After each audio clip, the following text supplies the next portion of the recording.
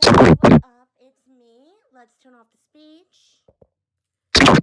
So today we are reading the Lorax by Dr. Seuss. We have another Dr. Seuss book. Happy Tuesday, yo! Righty. Let's get into it, shall we? I need to turn off Bluetooth because on my boiler hold on. Because it keeps wanting to do what my phone does. It's hooked to my phone. I don't know how else to fix it. Okay, here we go. Uh-oh, now it's beeping.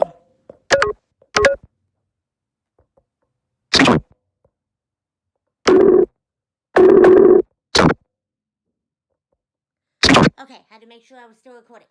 Here we go. The Lorax by Dr. Seuss.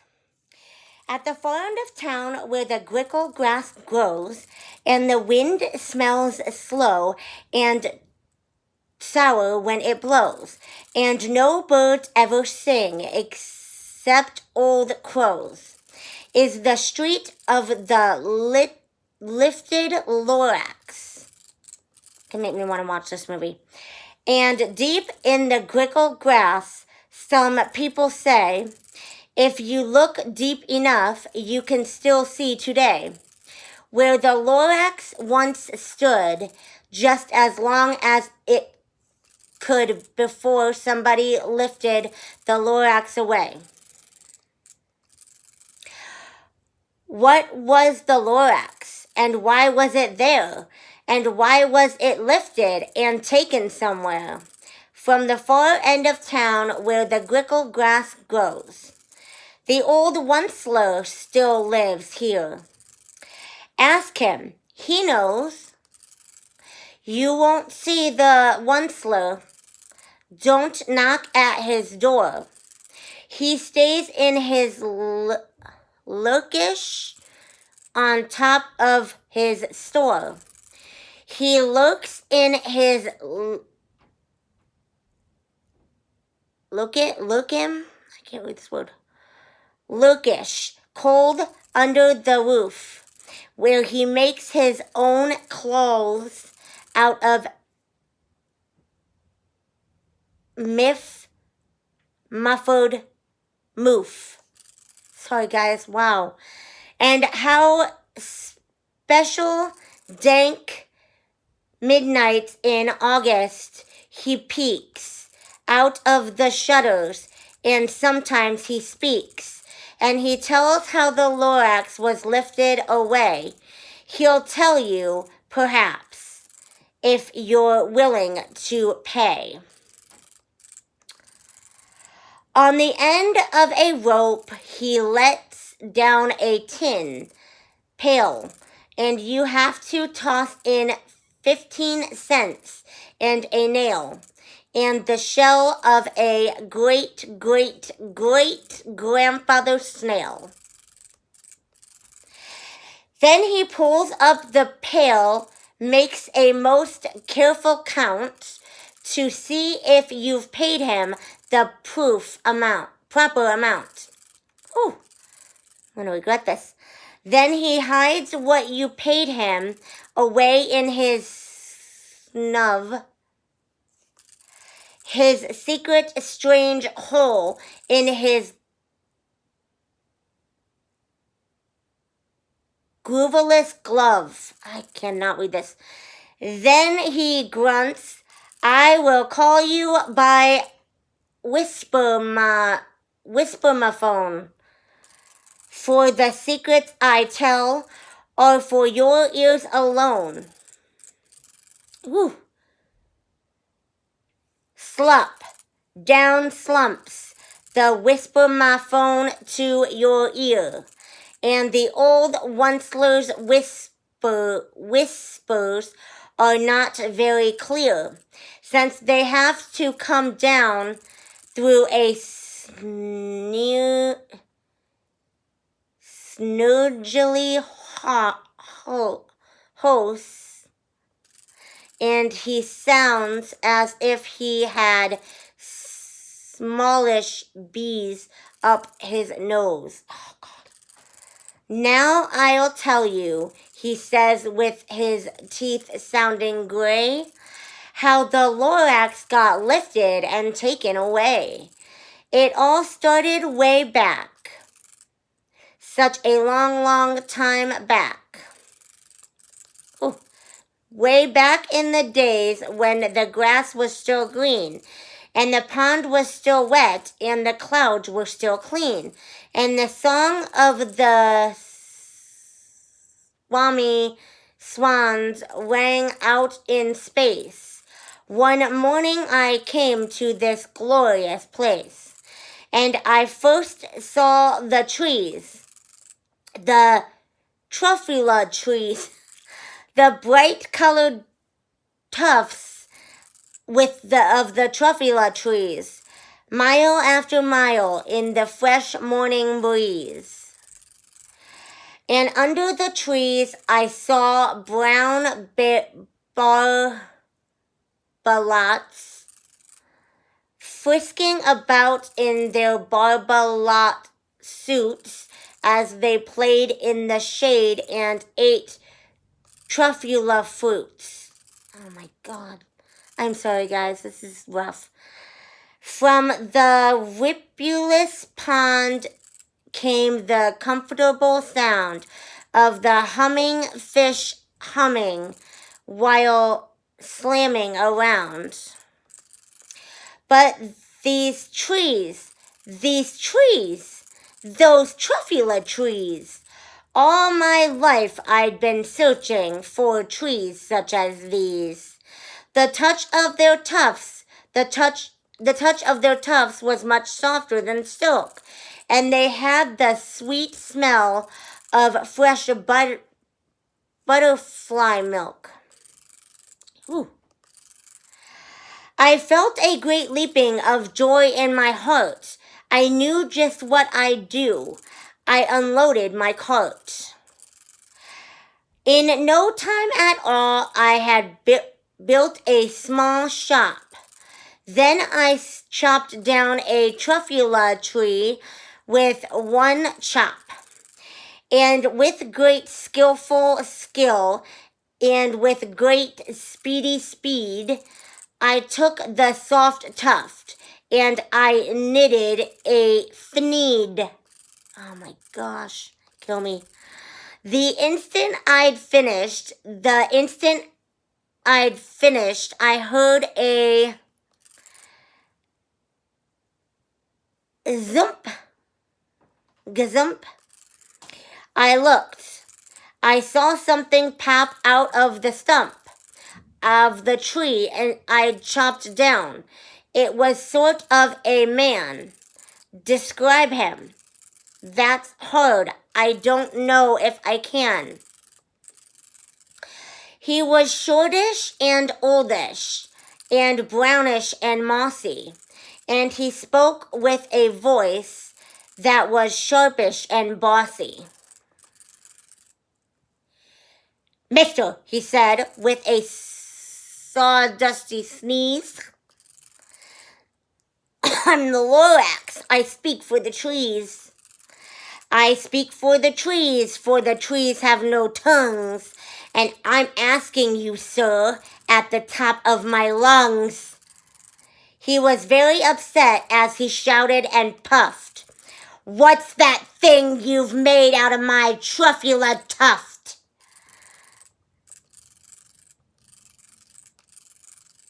Look, Lorax, I said, there's no cause for alarm.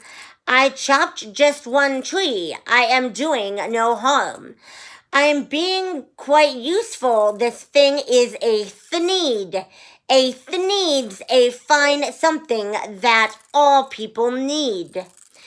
It's a shirt, it's a sock, it's a glove, it's a hat, but it has other uses. Yes, far beyond that. You can use it for carpets, for pillows, for sheets, or curtains, or covers for bicycle seats. The Lorax said, Sir, you are crazy with greed. There is no one on earth who would buy that fool's by that fool Sneed. Ooh. But the very next minute, I proved he was wrong, for just at that minute, a chap came along, and he thought that the Sneed I had knitted was great. He happily bought it for $3.98. I laughed at the Lorax. You poor stupid guy. You never can tell what some people will buy. I repeat, cried the Lorax. I speak for the trees. I'm busy, I told him. Shut up, if you please. I rushed across the room and in no time at all built a radio phone. I put in a quick call. I called all my brothers and uncles and aunts, and I said, listen here, here's a wonderful chance for the whole Onceler family to get mighty rich. Get over here fast, take the road north to the niche. Turn left at Weehawken, sharp right at South Stitch. And in no time at all, in the factory I built, the whole Onceler family was working full tilt. We were all knitting Sneeds, just as busy as bees, to the sound of the chopping of truffla trees. Then, oh baby, oh how my business did grow. Now chopping one tree at a time was too slow. So I quickly invited my super axe hacker, which whacked off 4 truffla trees at one smacker. We were making Sneeds 4 times as fast as before, and that Lorax, he didn't show up anymore. But the next week he knocked on my new office door. He snapped, I'm the Lorax who speaks for the trees, which you seem to be chopping as fast as you please. But I'm also in charge of the brown barbaloots who played in the shade in those barbaloot suits and happily lived eating truffula fruits. Now, thanks to your hacking my trees to the ground, there's not enough truffula fruit to go round. And my poor barbaloots are all getting the crummies because they have gas and no food in their tummies. They loved living here, but I can't let them stay. They'll have to find food, and I hope that they may. Good luck, boys, he cried, and he sent them away. I, the Onceler, felt sad as I watched them all go. But business is business, and business must grow. Regardless of crummies in tummies, you know. I meant no harm, I most truly did not, but I had to grow bigger, so bigger I got. I biggered my factory, I biggered my roads, I biggered my wagons, I biggered the loads. Of the Sneeds I shipped out, I was shipping them forth to the south, to the east, to the west, to the north. I went right on biggering, selling more needs, and I biggered my money which everyone needs. Then again he came back. I was finishing some pipes when that old nuisance Lorax came back with more gripes. I am the Lorax, he coughed and he whiffed. He sneezed and he sniffled. He snargled. He sniffed. Once, he cried with a crufulous croak. Once, you're making such smugulous smoke. My poor swans, why they can't sing a note? No one can sing who has smog in his throat. And so, said the Lorax, please pardon my cough. They cannot live here, so I'm sending them off. Where will they go? I don't hopefully know. They may have to fly for a month or a year to escape from the smog you've smogged up around here. What's more, snapped the Lorax. His dander was up. Let me say a few words about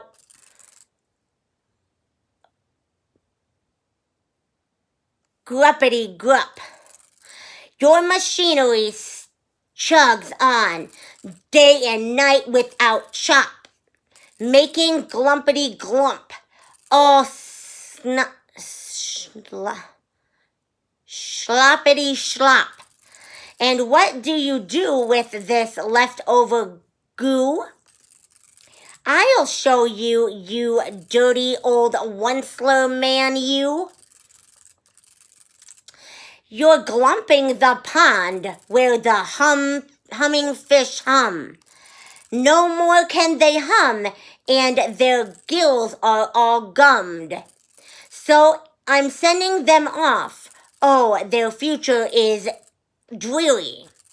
They'll walk on their fins and get woefully weary, in search of some water that isn't so smeary. And then I got mad. I got terribly mad. I yelled at the Lorax. Now listen here, Dad. All you do is yap, yap, and say bad, bad, bad, bad. Well, I have my rights, sir, and I'm telling you, I intend to go on doing just what I do. And for your information, you Lorax, I'm figuring on biggering and biggering and biggering, turning more truffla trees into needs, which everyone needs. And at the very moment we heard a loud whack. From outside in the fields came a sickening smack of an axe on a tree. Then we heard the tree fall, the very last truffla tree of them all. No more trees, no more needs, no more work to be done.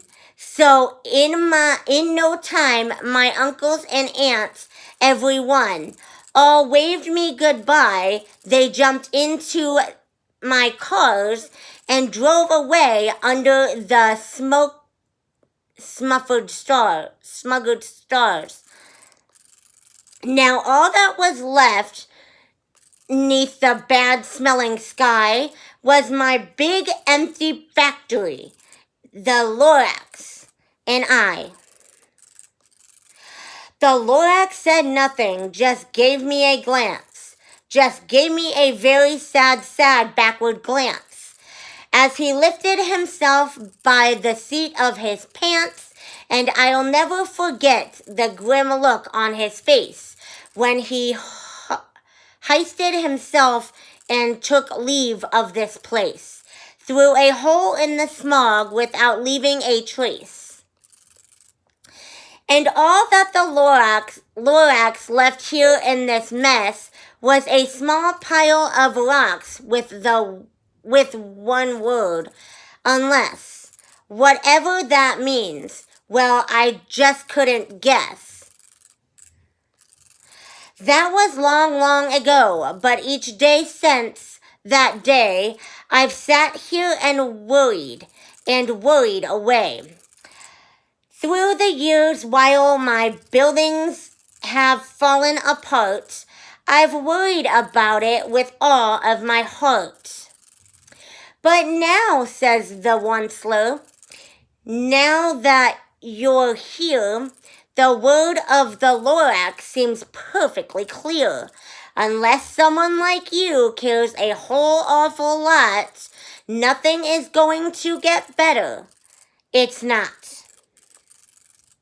So, catch, calls the Onceler. He lets something fall. It's a truffla seed. It's the last one of all. You're in charge of the last of the truffla seeds, and truffla trees are what everyone needs. Plant a new truffla, treat it with care, give it clean water, and feed it fresh air. Grow a forest, protect it from axes that hack. Then the Lorax and all of his friends may come back. And that is the end of our story. Whew, that was a hard read. Wow. Sheesh. All right, have a good Tuesday, guys. Later.